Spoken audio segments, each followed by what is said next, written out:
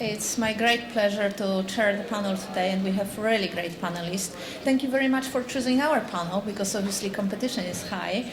I hope you'll find this insightful, informative, and entertaining, as we aim to deliver this way.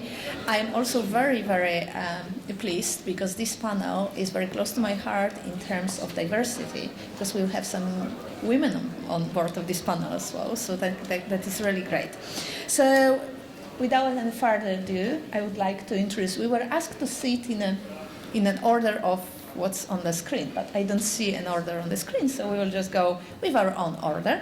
So, can I invite to the stage Diana Carrasco, Group Head of Risk Digital Channels for Lloyds Banking Group. Now we see it. So Diana, shall I ask you to see it in the middle, actually? No. Sorry. So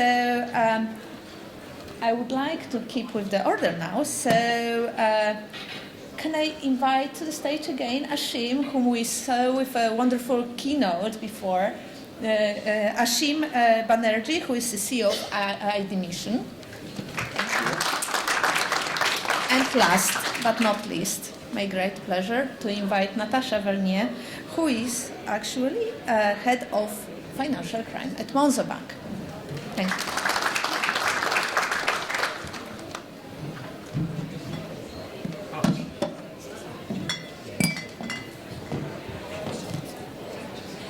Thank you very much for joining the panel. We have a very interesting topic. We have a topic about digital identity verification, about KYC requirements. And why I say it's a very interesting topic, obviously for the reason because it's close to everybody's heart in this room. We've all been in a situation where we had to open an account and we went through the process and we know how easy or not easy that was. And today we are trying to discuss how to simplify this world. So before we dive into our discussion, I would like to give a floor to our panelists to introduce themselves with the view of your interest and your activity scenario. We will talk on the panel, please. Good morning. My name is Ashim Banerjee. I work with a company called IDmission, and this is what we do. We enable digital onboarding for various financial services in many countries around the world. So happy to be here. Well, I'm Diana. My background's in payments first and in digital banking after. So I moved from Visa to HSBC Digital Bank and now to Lloyds. My obvious interest, it's around KYC, but also I think that, and I think we'll explore that along the panel, around how digital identity can be used not only for KYC and fraud monitoring, but also to personalize the services we offer as banks to our customers, to understand how our customers are. Hi, I'm Natasha, Head of Financial Crime at Monzo Bank. I'm interested in this in particular because our team owns the onboarding flow for Monzo Bank, and we are particularly interested in making sure that the customer experience is excellent and any customer impact is reduced while ensuring that we are secure and safe and compliant in all of the ways that we need to be. Thank you. One remark I want to make as well, I have this iPad given by organizers, and I hope I will have a lot of questions coming. So please, please, please, if you are registered to the app, please ask your questions, because we will give the room to the floor, voice to the floor as well, and we would like to make sure that you get the best of this panel. I was listening to the previous conversations in the main room, and I was a little bit stunned with a statement that nothing changed, that what was there 20 years ago is still here today. And my first reaction was like, hey, stop. Like, what do you mean? Like, 80% of people say that before they brush their teeth, they've checked their phone, and some of them, they sleep with their phone under their pillow, right? So our life is on a phone. Convergence of technologies today is nothing what it used to be in the past. 20 years ago, you would go one trend at a time. Internet, mobile, whatnot.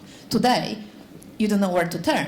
It's artificial intelligence, biometrics, machine learning, blockchains, and you name it, right? And it all comes together.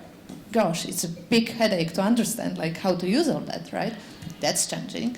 So obviously regulatory requirements changing, and so on and so forth. Competition is changing, so huge changes. But then I looked at this again and I said, like, wait a moment. But when I was implementing online banking 20 years ago, it was a big question between convenience and security. And that question did not change indeed. We still struggle with the same. Like, where is the flex point between how convenient the solution can be for customer, how secure it can be for bank, insurance, and you name it. So from that perspective, we feel like the dilemma is still there. But the solutions are probably so much better today than they used to be 20 years ago. So with setting that as a scene, I would like to get your first comment about, do you see those changes? And do you see, in terms of customers, in terms of how you approach versus, the past years? Yes, I think that you're absolutely right in that probably the biggest change in the last 20 years has been people's expectations and what people have literally in their hands to use day to day. People expect to be able to order a taxi in 2 minutes. People expect to be able to order food to be delivered within half an hour and to be able to order some flip-flops to be delivered tomorrow because it's supposed to be sunny from Amazon Prime. And when that is the expectation that we have, then we expect to be able to open a bank account and manage our money very, very effectively, efficiently, and quickly. And the technology has moved on, but I think you have to actually step back, and the initial change needs to come from our interpretation of the regulation. Because I think that most banks and most financial companies that implement a lot of the regulation, they haven't changed how they approach that regulation in a long, long time. And that really, to me, is the key. When Monzo started, we were using the same regulation as every other bank uses, but we interpreted it differently. The FCA were very happy with our interpretation, and because of that, we've been able to do things differently.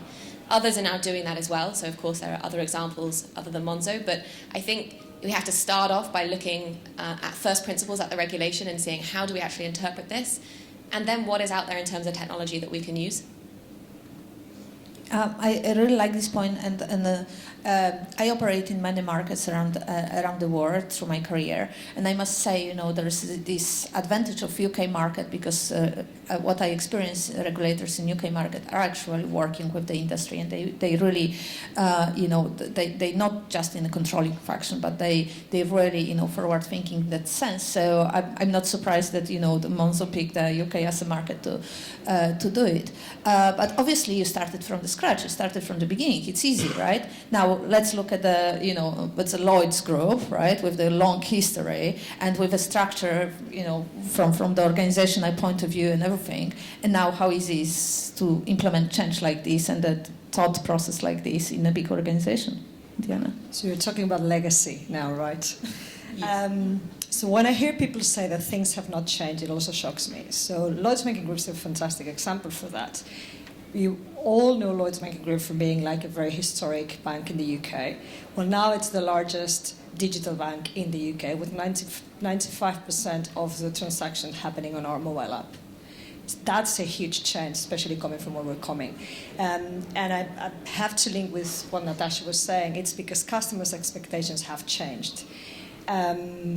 Our customer base is maybe different from Monzo, so I don't know, I'm not familiar with your customer base, but we have the customer base that grew up with us from many, many years ago, as well as new people. So we're focused on offering a multi-channel approach. So we also aim to have 20% of the branches in the high street, but at the same time be leaders in digital. So things that we're offering in mobile, for example, you can now track your transactions in Google Maps. If you cannot recognize your transactions, you can apply to block and unblock your card online. You can have open banking arrangement. We're the first UK bank to do that on API technology. So all that's happening. And that links also with the subject of the panel, because customers want something different, and customers want, as you were saying, be able to do things speedy and quickly. We have to address that, also because competition is stronger. And also another thing the customer wants is very personalized offer to them. We were discussing this before, so I think segmentation is kind of over in finance. And even if we are maybe in the same customer segment, we want different things. And that's what banks are looking into doing now. So yes, things have changed massively. I remember implementing chip and PIN for Spain in 2003, 2002-2003. PIN was the summum of customer authentication. Look what we're moving into now. PIN is over, isn't it? So one thing I will tell you that has changed. About 15 years ago, I was having this conversation at a very large financial institution, speaking to the CIO, and we were trying to describe to him new technology, new innovation, and things like that. And this guy sticks his hand up, and at that time I was a young man. He said, "Young man, do you know the difference between legacy and digital, or legacy and innovation technologies?" I said, "Yeah." I started talking about, oh yeah, this is better and faster. He says, "No, stop. Legacy makes money. That's the difference between legacy and..." But that is no longer true, right? We have Lloyds saying, we are the biggest digital bank here. We have Natasha telling us about Monzo that started without legacy. So that really, in my opinion, is the biggest difference, in which legacy itself is pivoting towards the future. It has to, otherwise it will not make money anymore. That's a very interesting comment, and I think I'd like to give a word to Natasha, because I see you have a point. But I just want to make this point. I think we really notice or see in these years that customer is being put more in the center of attention than it used to be in the past as well, right? In the past, I remember designing all the processes. They were like, yeah, what we are required to do and how can we adjust it. Today, like again, Monzo starts from, okay, white piece of paper, here's the customer, let's start designing around the customer. Would you agree? I just want to touch back on something that was said earlier. It's very interesting. Legacy does make money. Monzo is not making money yet. We will change that very, very soon. I find it interesting that Lloyds is still aiming to have 20% of the branches on the high street, because the requirement to have branches means that you have to charge customers fees for things to be able to support those branches. And that, to me, sort of goes against that fundamental concept of we've got to make customers' lives easier. We're here to provide the best customer experience. We shouldn't be charging customers fees for accidentally going into an overdraft, or fees for finding out how much a new mortgage might cost. These things should all be free. So I'm interested in why Lloyds are still interested in having 20% of the high street branches. Well, that's because we're focusing on customers, and that's what our customers want. So we have, as I was saying, a probably different customer base than a newcomer or a more technology-based bank. And we hear from our customers that some of them still want to go to the branch. And we are not to penalize the customers that are not digitally savvy or are not into technology over the ones that are. So it's very good that we have an offering for everyone that's into having, as I am myself, everything in their phone, and if possible not talking to anyone, just doing everything through the app. That's me. But that could be penalizing the customers having so loyal to Lloyds Banking Group, and they're still very valued customers, and they have been with us and their families forever. And even people that, again, could be in my same customer segment base may still want to go to a branch and speak with someone. And we're even offering digital in branches. So very valuable services we're offering to our customers is they can go into a branch, and a member of our staff will help them set up their mobile banking and their online banking on desktop. They will teach them how to use it. They will resolve their queries in case they want to go back and home and use it. And there's also one thing that I think that touches with what you were saying before around focusing on customer. There's the conduct piece. And we forget about conduct when we talk about digital, because we tend to think that conduct is only about mis-selling, but it's not. Conduct is also about offering services to all our customers and not discriminating them by any reason. And there may be... So digital is offering something very good, for example, in the terms that it's 24/7 available, don't have to make people travel.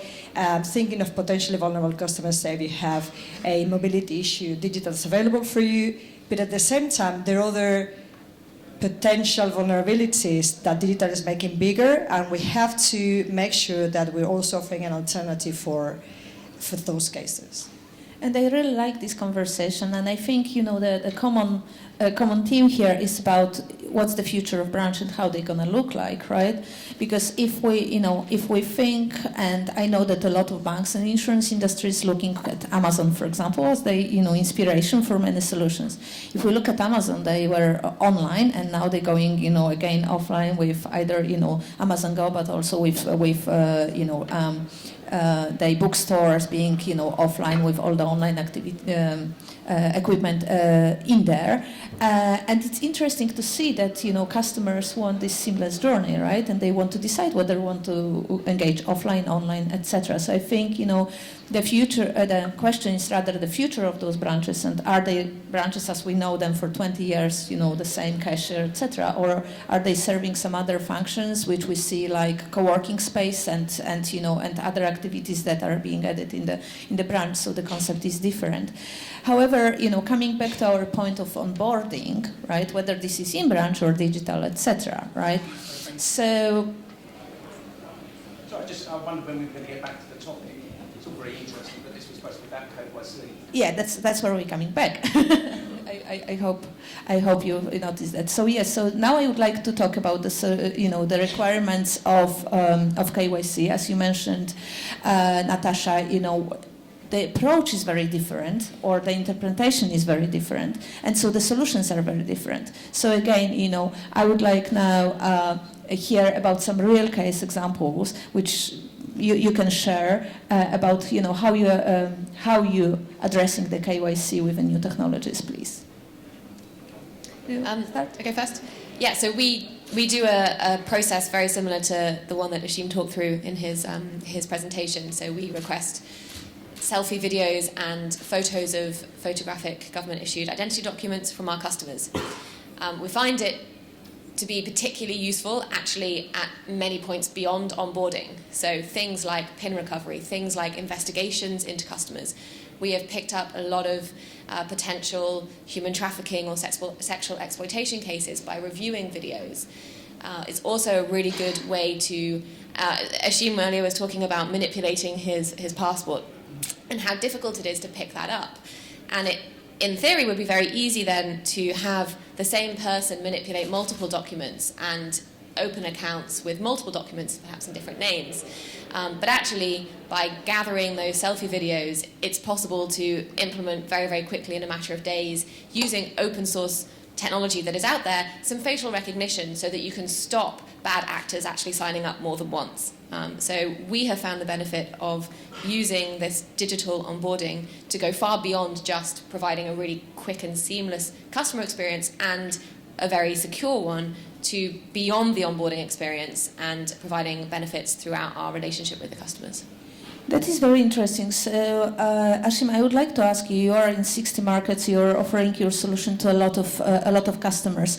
When they approach your solution or they approach the problem, is this still friction in terms of we need something for onboarding, or is there actually the holistic view, as Natasha said in her business, about where can we streamline the process end to end? So the way we see it is that the whole exercise is one of digital transformation, right? Onboarding is part of a digital transformation exercise. And realistically in the market, everybody has a different idea of what they mean by digital transformation. So we try to break it up, right? There are some guys who are trying to go into digital operations, which basically is doing things more efficiently using digital technology, including onboarding. And then there are guys who are trying to go into digital new markets and then digital new business models. It all depends on, so typically we start off at digital operations. How do you make what you're doing better because it's digital? As Natasha pointed out, I mean, if you have a video It's remarkable what people will say into their own mobile phone, thinking that they're completely private, right? It's absolutely remarkable what they will do and say. But of course, they're not private, and that information can be used. But then as people understand that now because I have identity data, because I have behavioral data, it may allow me to create a new business model or even a new market, right? And that's how this whole thing starts. You start off as purely trying to make something more efficient, and then from that, hopefully it becomes a genesis to providing you with a new business model, new channels, and even a new market. Thank you. And I think it's very interesting that you've both pointed in that digital identity verification is way more than onboarding and way more than KYC when the customer first meets the company. And I think that that's also what's changing with digital, that we can use these digital identity verification techniques, which are plenty which can probably talk about, from biometrics to behavioral biometrics or geolocation, a lot of things that can be used in isolation altogether, beyond original customer onboarding, and making sure, for example, we have those mechanisms on board for payments, for transactions, for fraud mechanisms, for conduct, as I was saying before, even for marketing offerings when it is so relevant to have your customer identified, and all the machine learning techniques that can be built to the back of that. For me, I think something I found particularly interesting in that spectrum is behavioral biometrics, which is beyond the physical biometrics that we've been talking about before, but it's connected. It's like the way you use your devices, the way you behave, it's so unique to each customer that can actually create a customer ID by combining that with things like, as I was saying, geolocation or transaction history. I'd like to hear your views, both of you, on that particular aspect, and whether you think that's the future of biometrics beyond just physical biometrics. Yes, I think it's going to be more and more useful. Again, going back to that point I raised earlier about first principles and really looking at the regulation. Most bank onboarding flows, they ask you a bunch of questions that they frankly do not need to ask you. It's not in the regulation that they need to ask you those things. It is used to be able to try and segment customers to do that transaction monitoring and the ongoing EDD, enhanced due diligence. Actually, if you are focusing on the customer experience and you're really putting them at the forefront of your mind when you design these things, you can strip that onboarding flow back and ask your customers for far less, so their experience is much, much better. But actually, you can use all of those things that they don't even realize they're giving you as they sign up, like the behavioral biometrics, that can really actually provide much better indications for you when you come on to do that transaction monitoring and that monitoring later in the life of your customer relationship. Yes, and I think one more point I'd like to add is that it is also market dependent. In the developed markets, you have a lot of information. So behavioral is one, social network information is another, social network footprints and so on, that you can use. In the developing world, that is much less prevalent. But what they have done is, I think, taken a more thumbtacks approach to this, right? What they'll do in Southeast Asia, for example, is say that, okay, we're going to allow you to do nothing more than give us your name and phone number to have a level 1 account, right? But level 1 account can only transact up to £50 or whatever the local equivalent currency is. But if you want a level 2 account, then you got to give me your ID document and you got to give me your biometrics and so on. And you can take this to its logical conclusion by asking for more information only based on the management of risk better or managing risk or of a higher potential risk, right? It all boils down to that. Why bother the guy if he doesn't need it, right? So I think that's really important. And behavioral is very useful in that sense because it's a background information collection. It's often done without asking for anything special. And it builds up. The longer you know your customer, the longer the customer is with you, the more you know about the customer, and the more you can make sure that it doesn't happen. Some of the things that you were talking about in your presentation before, that you get 2 different people or 3,000 different people using the same profile, right? it all comes also to the point of, recent fintech trends, etc. When we talk about what's the role of bank and the insurance industries and whatnot in general, and the whole topic of ecosystems and platformification and etc. Because obviously the KYC will not change; it will be there, but it's important, where the start of the process is.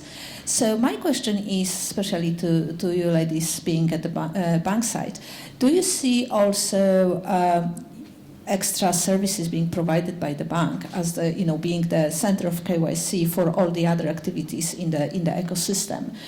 Because we have a lot of insurtech and fintech companies that are trying to do just that, and especially in the blockchain space, for example, right? There are so many companies that are authorizing now and doing, trying to replace that KYC for banks and offer the solutions. Where do you see the role being played, and do you see this? Who will own that relationship, and where KYC will sit in the future? I would love to see the customers owning that rather than a bank or a particular company. But I think to the heart of your question, what's really interesting is that we can make sure that the customer doesn't have to do unnecessary work over and over again. So through Monzo, you can get a savings account with Investec. You can change your energy to OVO or Octopus. You can, speak to a mortgage broker if you need to remortgage. All of these things, you shouldn't need to go through that KYC again and again, and you shouldn't need to have to provide lots of information, fill in forms about your financial health. And that should all be able to be shared at the customer's request and with their full understanding of what they're actually doing. But in terms of who should actually own identity information, I personally think that no bank should own that, and no company should own that. I think it should be the customer.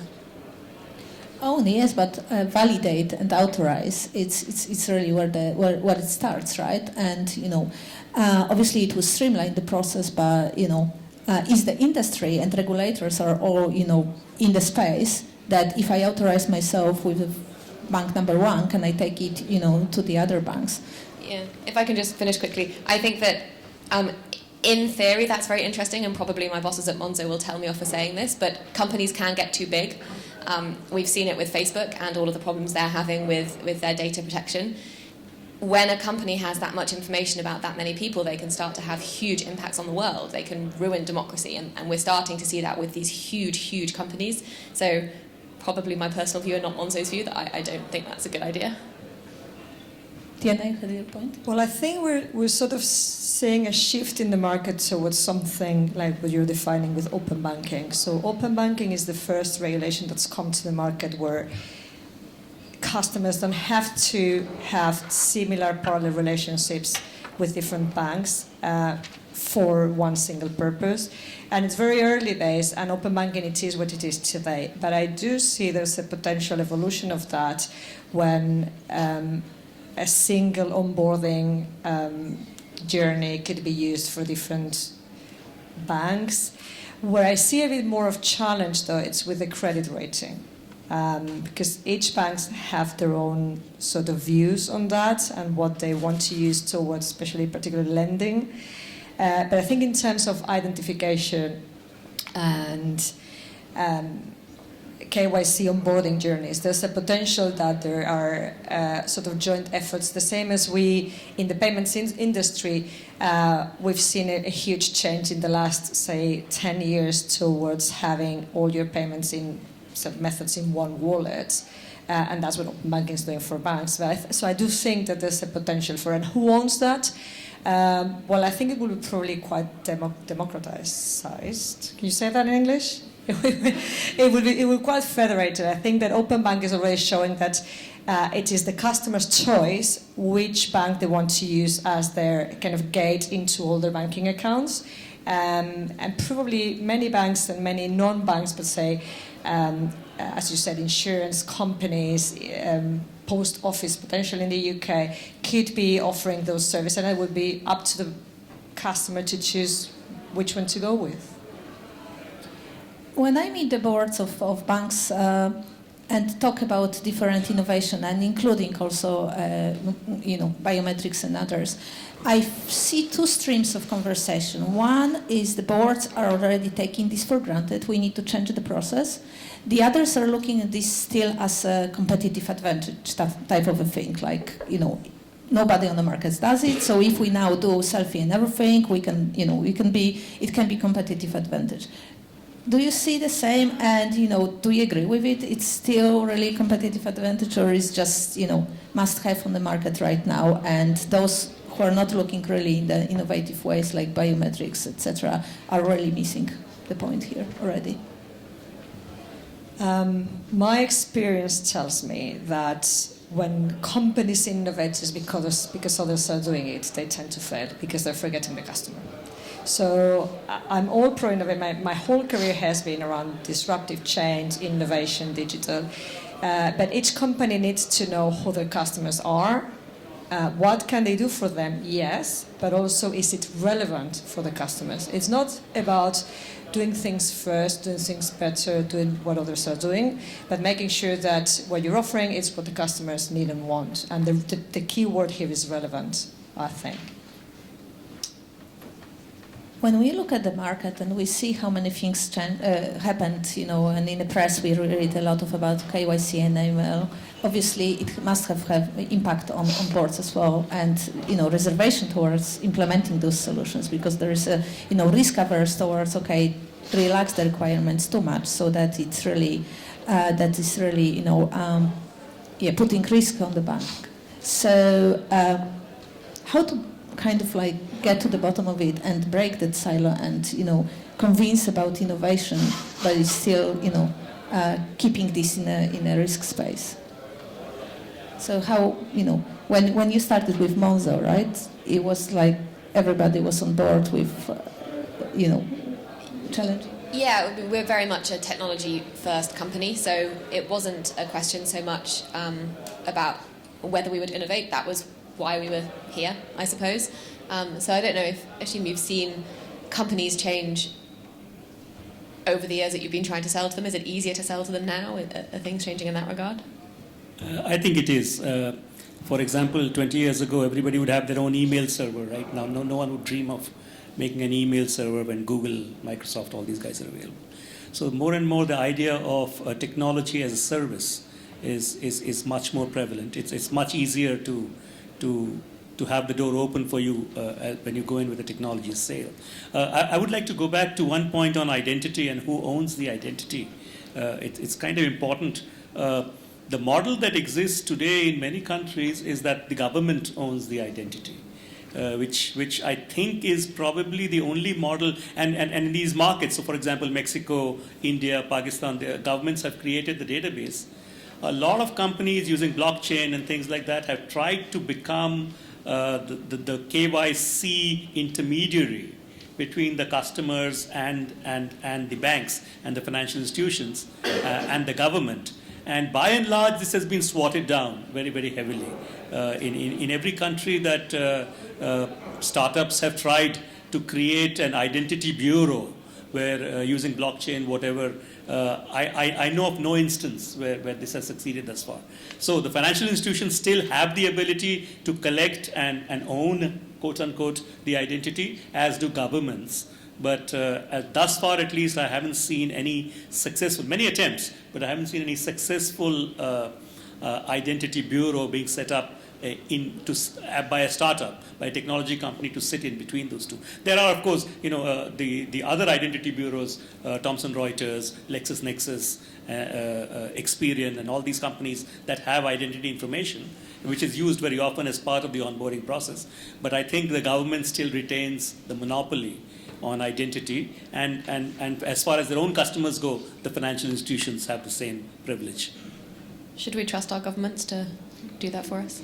That's a much more loaded question, Natasha. Whether you trust your government or not, you have no choice in the matter, right? I mean, they still have to issue your passport, they still have to issue your driver's license, they still have to issue your currency and so on.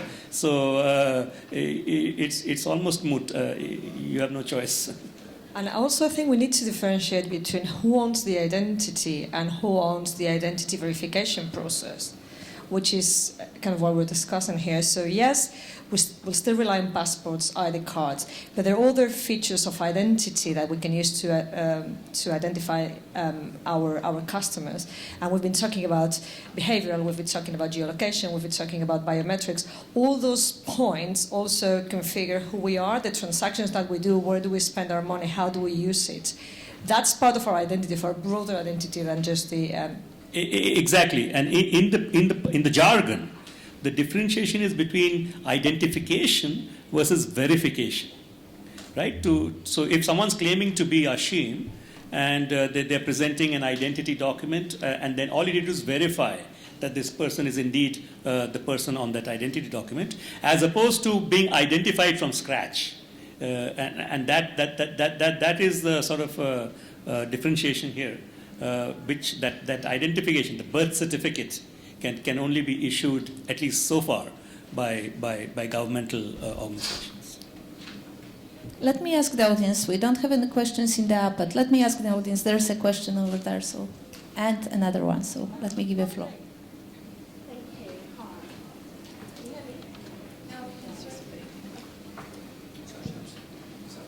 Hello? Oh, great. Hi, I'm Adra Filipowicz. I'm the head of compliance at Bank Saturat. So I've written down my question to properly articulate it.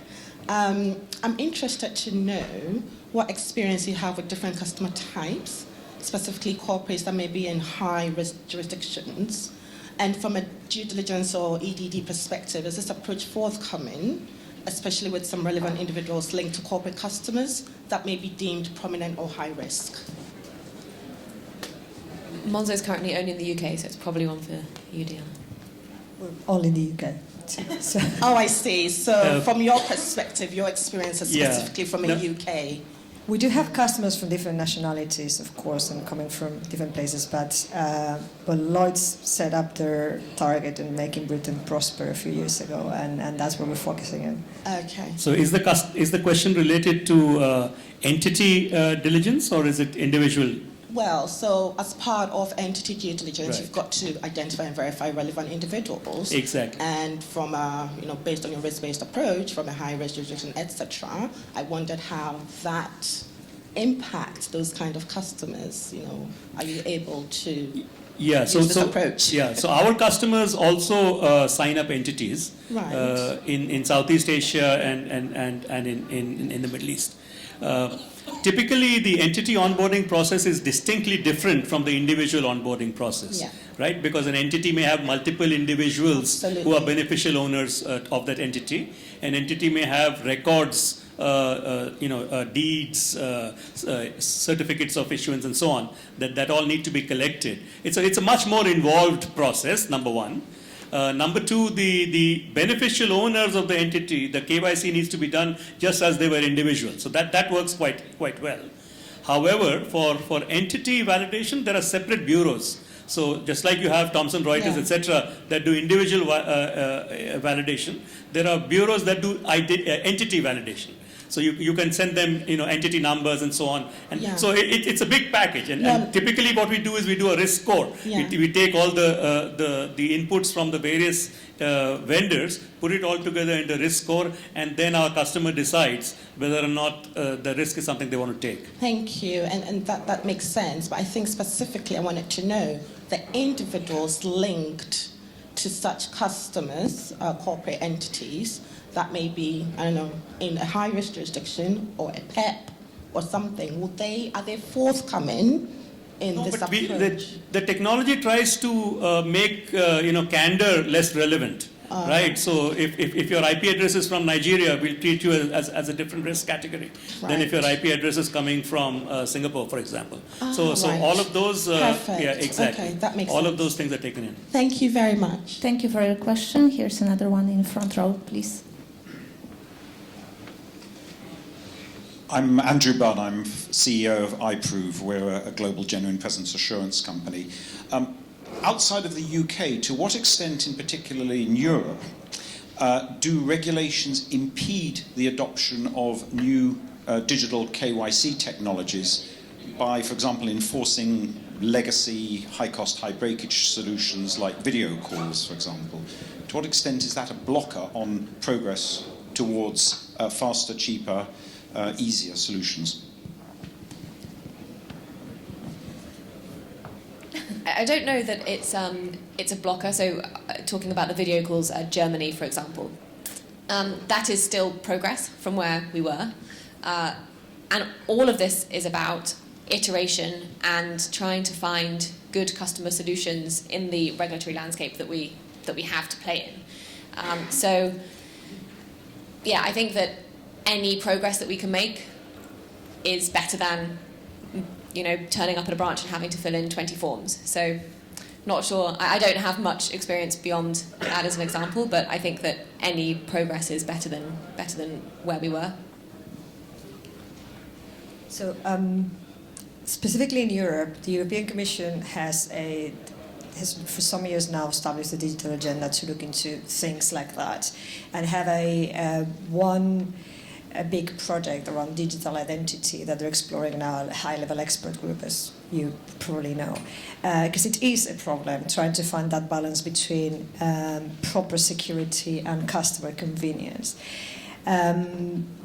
Things go slowly when it comes to regulation, but at least I think it's a good side that the European policymaker, from which all the different countries will need to sort of take their own domestic regulations eventually, is looking into this and have recognized that there's a potential issue. But I do have to say that in my past experience, because now I'm focused UK only, there's something that has been said before which I agree with, which is the FCA is a fantastic regulator. They're very open for innovation, and they're very much into being an enabler rather than a blocker. But there are other countries in Europe where regulators are not bad either. So maybe to explore those. One thing I'll add is that there are, based on the premise that it's better to ask for forgiveness than for permission, right? A lot of people have gone and done these things anyway. So some regulators have reacted. I mean, they have created this concept of a sandbox where you can propose anything you want. Not in Europe yet, but certainly regulators in Latin America and Southeast Asia have created a sandbox where they encourage entities to propose anything they want, right? And they will automatically grant permission in the sandbox, which means different things. It maybe 5,000 transactions can happen and be inspected in this particular way, and then they will decide whether it's an acceptable thing or not. And I'm seeing more and more regulators sort of band together and try to accept or even appropriate this sandbox approach. And I hope the Europeans will do that as well. But certainly we are seeing many parts of the world where it is the way to go to do business. I agree with that. I cover quite a lot of markets in Europe with my activities, and one of these, where I am originally from, is Poland. And in Poland, I witnessed this many times. In the past, in a banking environment, it was which bank will be the front runner and will be first to open the relationship, and then others will follow very quickly, because everybody is like ready to to apply different rules as long as somebody proves them that this is possible. And now what I see is also this is a huge influence of FinTech that is doing just that, because they come with obviously different they have less to lose, if you like, or different perspective, and they start doing things. And I know it's probably not the best example in compliance area, etc. But things like Revolut, for example, came, show some things, and everybody now has the same solution in their banks because somebody showed them you can do it, and regulators, look at some activities and they say, yeah, you can do it, or cross-border transfers and other things. So I think and I see the strategies of open innovation that the banks implement, where they use actually those startups and entities to kind of help them to work with regulators to change and challenge some of their processes, and then take them back to the overall offer of the bank. Do you have any comments on that? Anything else you want to add to that point? No, I do agree with that, and I think that regulators are changing their approach because of the market pressure. I agree with that. But there's also one thing that we as companies tend to forget sometimes. It is that domestic regulators know their markets. So sometimes when we see a specific regulation in a specific country that we don't necessarily like from our perspective, it may be there for a reason. And I remember speaking in a panel like this in Eastern Europe last year, and I was kind of stuck in my position about what customers want, and then the regulator was there and said, but you know what, we've been in under certain political circumstances during the 20th century that are very different from where you're coming from in Western Europe, and that we have to take on board on the way we make our regulations. We have to transition from where we were to where we are now to make sure that customers do trust the companies and kind of start relaxing towards more giving away more of the information, for example. And that's also kind of a lens that we don't necessarily pursue as companies. And this is a very good summary. I would like, we ran to the end of our panel. I would like to thank you, all panelists, for your insightful comments and for examples. And the panelists will be available for later to talk if you would like to dig into more deep conversation. Thank you very much, everybody, for being with us.